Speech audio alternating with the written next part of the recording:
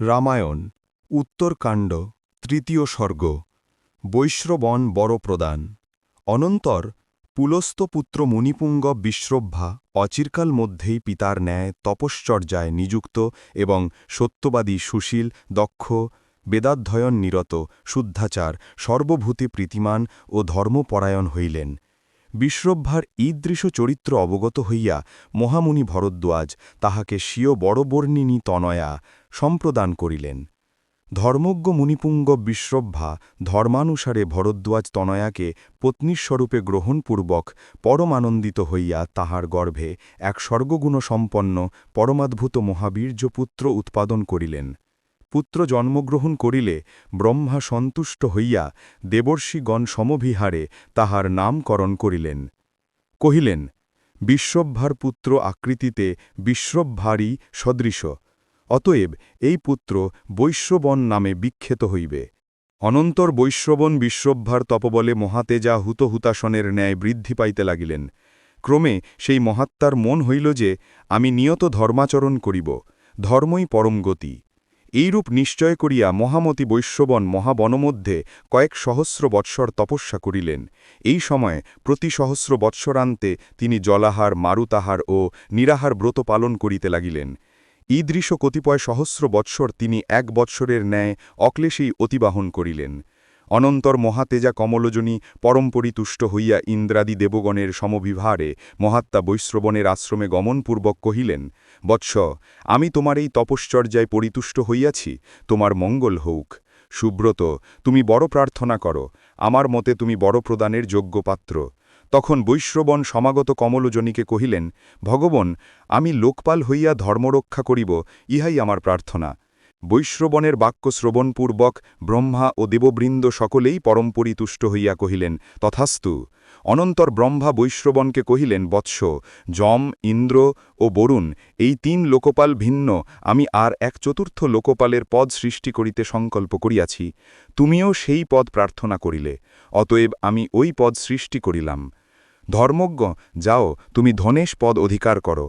আজি হইতে তুমি যম, ইন্দ্র ও বরুণের চতুর্থ হইবে।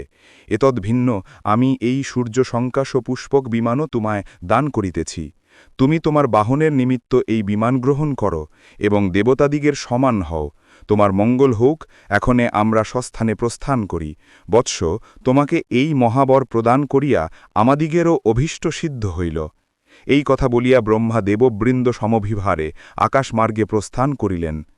মহাত্মা ব্রহ্মাদি দেবগণ প্রস্থান করিলে ধনেশ্বর বিনীতভাবে প্রণত হইয়া পিতাকে কহিলেন, ভগবন, আমি কমলজনীর নিকট বড় প্রাপ্ত হইয়াছি, কিন্তু প্রজাপতি আমার কোনো বাসস্থান নির্দেশ করেন নাই। অতএব প্রভো, আপনি আমার বাসদার্থে এরূপ কোনো স্থান নির্ণয় করুন, যথায় আমার বসতি নিবন্ধনে কোনো প্রাণীরই ক্লেশ না হয়। পুত্রের এই কথা শ্রবণ করিয়া ধর্মজ্ঞ মুনিপুঙ্গ বিশ্রভ্যা নিদিধ্যাসনপূর্বক উত্তর করিলেন, বৎস, শ্রবণ কর। দক্ষিণ সাগরের তীরে ত্রিকূট নামে এক পর্বত আছে।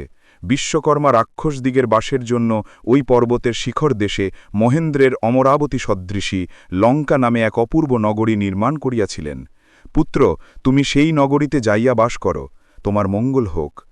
লঙ্কায় বাস করিলে তুমি নিয়ত মহানন্দে কালযাপন করিতে পারিবে। লঙ্কা পরম রমণীয় নগরী, উহার তোরণ সকল সুবর্ণ ও বৈদুর্য দ্বারা বিনির্মিত।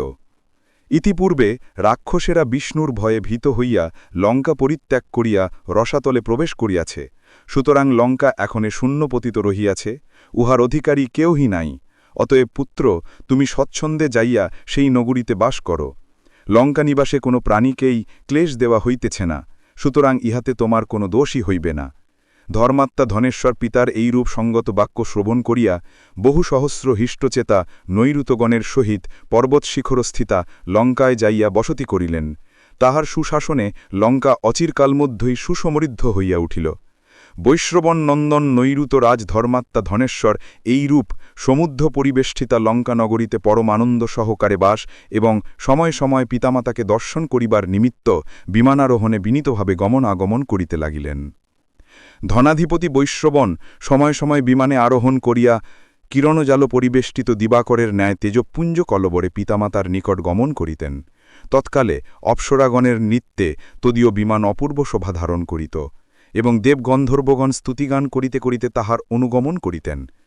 রামায়ণ উত্তরকাণ্ড তৃতীয় সর্গ সমাপ্ত।